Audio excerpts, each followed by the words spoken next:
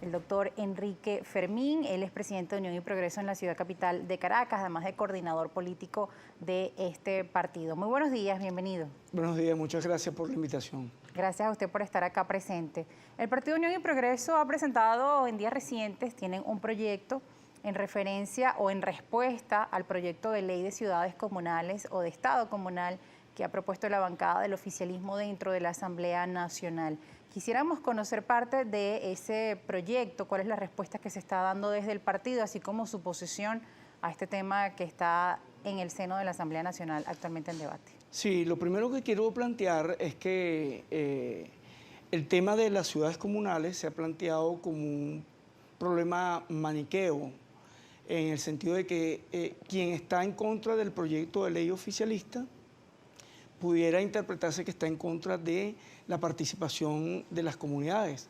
Todo lo contrario, nosotros creemos que las comunidades efectivamente tienen que participar, pero que nos parece que este proyecto de ley no es el más idóneo. ¿Por qué? ¿Cuál es Habida cuenta de que yo diría que hay que abordarlo para su análisis desde 3 puntos de vista. Lo primero es desde el punto de vista formal, es decir, a través de la ley. El artículo 16 de la Constitución de la República Bolivariana de Venezuela plantea que el territorio nacional se divide en estados, se divide en dependencias y entidades federales y que la base de la división político-territorial es el municipio. Eso intentó cambiarse en el año 2007 a través de la reforma de la Constitución y fue rechazado cuando perdieron el referéndum aprobatorio en ese momento. De tal manera que, desde el punto de vista de la ley, esa propuesta que planteaba que eran las ciudades comunales, teniendo la comuna como base, la ciudad, ha sido rechazado por el pueblo.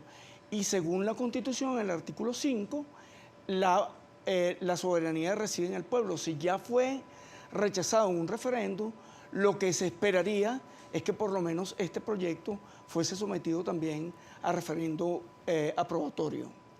Eso desde el punto de vista formal.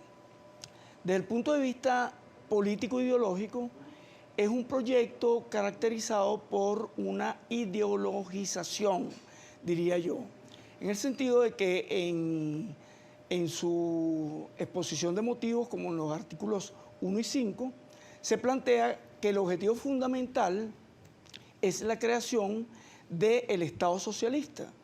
Y uno se plantea lo siguiente, bueno, ¿cómo quedan las personas que pudieran no estar de acuerdo con un Estado socialista y conviven en las comunidades? De tal manera que no puede ser un proyecto que se base en términos ideológicos. Lo que nosotros creemos es que el principio universal debe ser el de la ciudadanía. El ciudadano tiene que tener los mismos derechos ante la ley, sea de izquierda, sea de derecha, sea de centro, esté de acuerdo o no con el socialismo. Y nosotros, ¿qué planteamos? Que nuestro objetivo justamente es profundizar la municipalización, de la ciudad, que ello es lo que va a permitir que haya un gobierno eficiente, una gobernanza eficiente y que se trate al ciudadano como tal, que el principio universal sea la ciudadanía. Bien, fíjese que respecto a esto estamos viendo cómo ustedes creen entonces en la participación o en el rol protagónico de las comunidades, del ciudadano, pero tienen ciertas diferencias con este proyecto de ley. Ahora también hay otro que está en debate dentro de la Asamblea Nacional, propuesto por la bancada de Acción Democrática, de la Alianza Democrática, que es el tema de las ciudades inteligentes. Unión y Progreso no tiene representación por ahora dentro de la Asamblea Nacional, o si tienen algún tipo de representante que pueda además llevar esta propuesta para el debate. Además, ¿creen que sus voces puedan ser escuchadas en medio de...? No tenemos representación actualmente en la Asamblea Nacional. Sin embargo, más allá de eso, se trata de que la ciudadanía se organice y recordemos que a través de la iniciativa legislativa, los ciudadanos, valga la redundancia, se pueden organizar y proponer leyes para ser aprobados por la Asamblea Nacional. En todo caso, nosotros creemos que lo que está planteado es la municipalización de el gobierno o los gobiernos. En el caso de Caracas, por ejemplo, creemos que es un territorio muy amplio, cuya gobernanza es difícil, y por eso creemos que hay que municipalizar Caracas.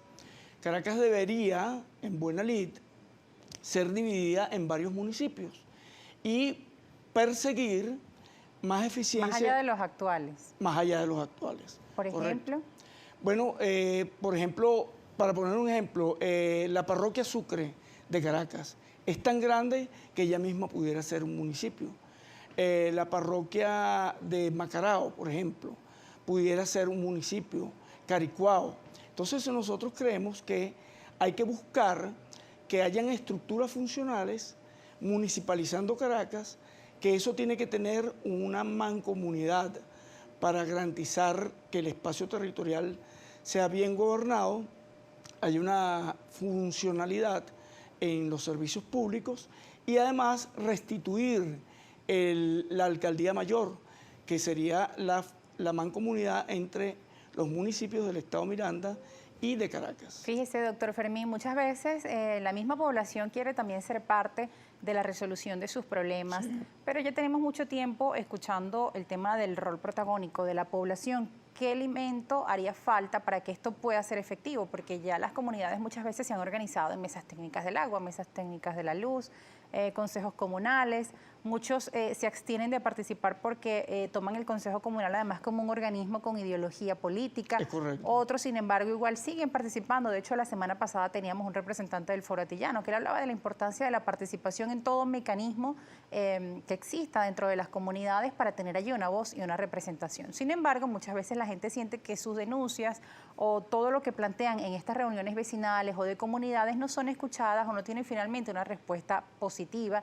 Viene el desánimo y la apatía ante todos estos mecanismos. ¿Cómo entonces recuperar la confianza de la población en estos mecanismos de participación? Bueno, usted lo acaba de decir hace rato, o cuando estaba interviniendo, que el problema es la ideologización de esas estructuras. Nosotros sabemos que los consejos comunales, más allá de la buena intención de muchos de los que participan en estas estructuras, se han convertido en mecanismos de manipulación, lamentablemente, mecanismos de sometimiento a través de, por ejemplo, las bolsas CLAP, que es uno de los casos emblemáticos. Sin embargo, se ha demostrado la inoperancia de muchos de estas estructuras. Es el caso que, por ejemplo, en algunas encuestas que se han hecho seriamente, apenas el 20% de las personas que reciben o dependen de las bolsas CLAP lo reciben una vez al mes. El 33% lo reciben 3 o más veces al año y el 15% nunca lo recibe. Entonces no podemos someter la vida cotidiana de la ciudadanía a los caprichos o a la inoperancia de ciertas estructuras que pueden haber sido creadas con buena intención, pero que no funcionan. Entonces, ¿cómo se va a plantear la división político-territorial de un país basado en estructuras que vienen fallando? Nosotros decimos, lo que hay que garantizar es la eficiencia del municipio, que depende de su alcalde, los concejales, y garantizar la participación a través de mecanismos que están establecidos en la Constitución. Por ejemplo, en el artículo 70 de la Constitución actual, se plantea que las personas pueden participar en asambleas de ciudadanos, en los cabildos abiertos y a través de la iniciativa legislativa. Sí existen los mecanismos, lo que se trata es de aplicarlos y hacerlos eficientes. Bien, vamos a hablar de estos mecanismos, así como otras preguntas interrogantes de nuestra audiencia al regreso de la pausa. Etiqueta Primera Página en Twitter y en Instagram. Estamos muy pendientes de su participación en las redes sociales. Al regreso, sus preguntas. No se aparten. Además de coordinador político de este partido. Veníamos conversando antes de la pausa del tema de la ley de ciudades comunales que ha generado pues tanta polémica, ¿no? Y parte del debate de analistas políticos y de la población en general. ¿Cuál cree usted que es el principal peligro que supone que nos enfrentemos a que este proyecto de ley sea aprobado? el principal peligro es que se está instalando un mecanismo que debería ser para la participación ciudadana y pretende dividir político-territorialmente el país con algo cuyo fundamento es la ideologización y el sometimiento de la voluntad del ciudadano. Es decir, por ejemplo, si se aprueba este proyecto de ley, ¿el papel de las alcaldías y de los gobernadores no sería la misma? Por supuesto que es un mecanismo que puede bypassear las funciones de las alcaldías y de los consejos municipales, tal cual como la aberración de los llamados protectores. Entonces ya no existiría un protector, sino que existirían las ciudades comunales que harían ineficiente la función de las alcaldías y los consejos municipales. Aunque fíjese, en la actualidad pareciera que el papel o el partido de gobierno pues tiene una importante, digamos, simpatía en cuanto a las encuestas, ya que su población está motivada a participar dentro de este proceso electoral. Sin embargo, dentro de la oposición, las fisuras y las divisiones podrían no favorecerlos dentro de ese proceso electoral, porque el partido de gobierno insiste en este tipo de leyes que usted dice que aseguran, pues, además suplir estas funciones de gobernadores o de alcaldías. Bueno, el partido de gobierno insiste en esto porque está creando mecanismos que le van a permitir bypassear la posibilidad de dejar de gobernar una vez la gente decida salir a votar. Yo le quiero decir a los ciudadanos que independientemente de las diferencias que puedan haber entre organizaciones de la oposición, lo más importante es entender que nosotros, los ciudadanos, per se, somos los responsables de nuestro propio futuro. Nosotros planteamos que el futuro está en nuestras manos, de tal manera que hay que salir a votar para impedir que cosas como estas se vayan a implantar y se establezcan en el país. Bien, ahora nuevos partidos políticos de la oposición se han sumado al llamado de presentarse en este proceso electoral, además de llamar a la población a participar, aún suponiendo que el electorado se motive y participe, no tienen, digamos, las suficientes garantías de que puedan tener un triunfo dentro de estas elecciones si no llegan a unirse. ¿Cómo va el tema de la unidad dentro de la oposición? Bueno, nosotros en cuanto a la unidad, lo vemos como la unidad de los venezolanos. No lo vemos como la unidad de partidos políticos ni la unidad de siglas de los mismos. ¿Qué planteamos nosotros? Que las personas tienen que salir a votar, los ciudadanos tenemos que salir a votar por los mejores candidatos. Por eso en Unión y Progreso nosotros hemos planteado que apoyaremos a los mejores candidatos, que deben tener tres características básicas: tener aval moral, tener una relación real con su territorio y la población y ser capaces de ejecutar una acción efectiva, eficiente. Fíjese, doctor Fermín, dentro de la dinámica de este programa también es para nosotros importante escuchar la participación de nuestra audiencia. Ellos están muy activos participando a través de nuestras cuentas en las redes sociales, en Twitter y en Instagram, así como también están participando en YouTube. Vamos a entonces ir de inmediato con la participación de nuestra audiencia. Etiqueta Primera Página para que usted, por favor, participe con nosotros y usted responda a las inquietudes de nuestra audiencia. Sí, Rosa, saludamos también a la audiencia que se incorpora hasta ahora a la señal de Primera Página por Globovisión. Voy a comenzar a leer los comentarios. En este caso, Luis Méndez a través de Twitter dice: buenos días. ¿Cómo explica usted que las leyes sean interpretadas de una manera tan contraria por parte de abogados oficialistas en comparación a las escuelas de derecho en todo el país? ¿Esto es posible, legal, constitucional? Bueno, constitucional no es.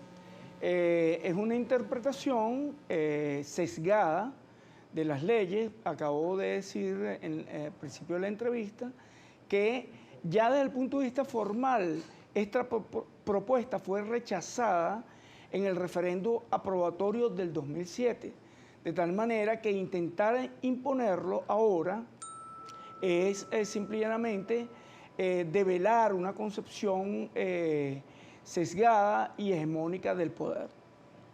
Hay otro comentario. Darwin Escalona Dice, buenos días, ¿está bien las propuestas para Caracas y para el resto del país invitado? Esta Venezuela que está golpeada por la peor crisis política y económica y de paso un mortal virus que nos está matando. ¿Qué propone su organización para el país? Bueno, hablamos en cuanto a Caracas, porque digamos, es el territorio que políticamente me corresponde coordinar, pero planteamos la municipalización del país. Todas aquellas, en aquellos estados, en aquellas ciudades donde existan características similares a Caracas, lo que se debe perseguir es la municipalización del territorio. Jorge Aponte dice, buenos días, bendiciones para todos. Mi pregunta al invitado, ¿qué opina usted que van a quitar 6 ceros más a la moneda? Ya van 8 y van a ser 14. ¿No es mejor dolarizar el país? Bueno, en cuanto a la dolarización, no creo que sea la salida. No obstante, hay una dolarización de facto. Lo importante de esta pregunta es que ello demuestra el fracaso de la política económica, si es que pudiera decirse que existe alguna política económica. Yo creo que no existe política económica y ha traído como consecuencia la hiperinflación, que es el mayor impuesto al ciudadano. Otro comentario dice, Manu 2005, buenos días, Unión y Progreso es un partido nuevo, ¿cuántos militantes tiene? Bueno, no, es un movimiento político, nos definimos como un movimiento político. En este momento no tenemos una cifra oficial de cuántos militantes tenemos, pero eso no creo que sea lo más importante. Lo más importante es lo que estamos planteando como ideas para la resolución del país y que entendemos que dentro de esas ideas están no solamente los militantes de Unión y Progreso, sino todas aquellas personas que compartan la necesidad de cambiar la situación del país. Acá está el comentario de Jesús Eduardo Jaimes. Dice, definitivamente la oposición no consigue el camino para hacer política. Sus planteamientos no tienen pie ni cabeza. Van bien definidos solo a la crítica. ¿Por qué no presentan un proyecto de soluciones para ayudar al país? El chavismo es una fuerza. Bueno, el chavismo es una fuerza, nadie lo niega, pero el 80% de la población actualmente está contra el gobierno. Lo que pasa es que no hemos logrado canalizar ese descontento y esa aspiración votando por los mejores. Mientras se mantenga la política de la abstención, el ciudadano no va a poder lograr el cambio que todos queremos y necesitamos. Luis Méndez dice, buen día, ayer vimos en vivo el gran despliegue militar y de equipos de guerra. ¿Cómo explicar el mantenimiento de bandas criminales en zonas de Caracas con las cuales no han podido ser neutralizadas? Quizás un contraste de estos panoramas. Bueno, esas son las tragedias que tenemos en el país. Tenemos realmente un avance de bandas criminales en algunas zonas de muchas partes del país, incluyendo Caracas, y eso es algo que debe solucionarse a través del esfuerzo de todas las instituciones del Estado venezolano. Joel Frank Gutiérrez escribe, buen día al invitado, la igualdad no existe en este proceso de revolución fallida. En mi caso fui víctima de agavillamiento y el actor intelectual es un concejal del PSUV en el municipio de Plaza hace 3 años y el caso fue desestimado porque ellos están en el poder. Habla quizá del tema del ventajismo dentro de los procesos internos del partido. Su análisis. Bueno, la igualdad, yo comparto eso, no existe. Lo que existe es desigualdad. Por eso nosotros planteamos que lo ideal es conseguir una sociedad con la menor desigualdad posible. Y para eso tenemos que trabajar. Bien, muchas gracias a nuestra audiencia por siempre participar en Primera Página con sus comentarios a través de nuestras cuentas en las redes sociales. Ya para finalizar, quisiera preguntarle sobre un tema que también ha sido bandera de Unión y Progreso, como lo es el seguimiento al proceso electoral y la importancia y el rol de la población en este conteo de votos, estar en los centros. Es parte de las garantías y las propuestas que ustedes están llevando a la mesa, ¿no? Como una vía importante de seguimiento al proceso electoral. Sí. Bueno, nosotros creemos que la vía es la vía del voto, la vía pacífica para alcanzar el poder, para transformar el país, que es lo que todos queremos y necesitamos. Por eso hemos hecho énfasis en que hay que salir a votar, que hay que participar. Es importante que las personas regularicen su situación actualmente en el Consejo Nacional Electoral, que dicho sea de paso es un Consejo Nacional Electoral que si no es lo ideal, es un Consejo Nacional Electoral mejor al que se tenía antes. Y de todas maneras, lo que tenemos que entender es que cuando se sale a votar masivamente no hay trampa que valga. Bien, agradecemos su participación acá en Primera Página. Gracias por darnos su punto de vista sobre este tema.